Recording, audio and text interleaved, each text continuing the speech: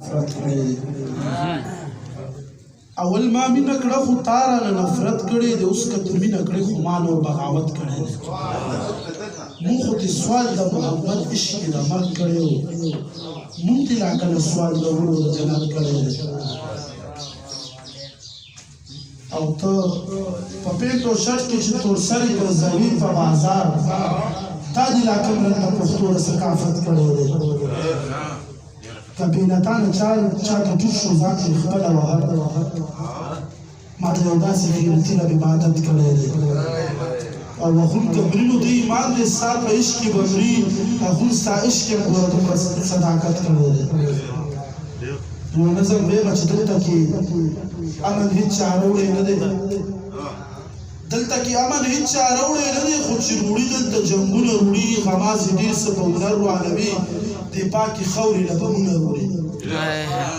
غمازې ډېر څه په هنر روانوي دې پاکې خاورې له بمونه وړي خو نن تپوس د مسلمان او خاص پښتونه کما د ماشومانو عزتونو سره لوبې کېږي د پښتنو د غیرتونو سره لوبې کېږي نه دا چمن محفوظ دی نه خو یې ګلونه محفوظ نه مدرسې محفوظ دي نه خو مکتبونه محفوظ بل ورسا د انبیا پسې خبرې کېږي هم سپکاوي کړي ملا پسې خبرې کېږي د ټولو غټه ناروا دغه بیخي شوې ده د خوږ نبي په شان کې څو ځل ګستاخي شوي د ټولو غټه ناروا دغه بیخي شوې ده د خوږ نبي په شان کې څو ځل ګستاخي شوې ده غیر خو دا وایي مسلمان یې تش د خولې مسلمان ضمیر یې مړ دی نه نور نشته دی په ده کې ایمان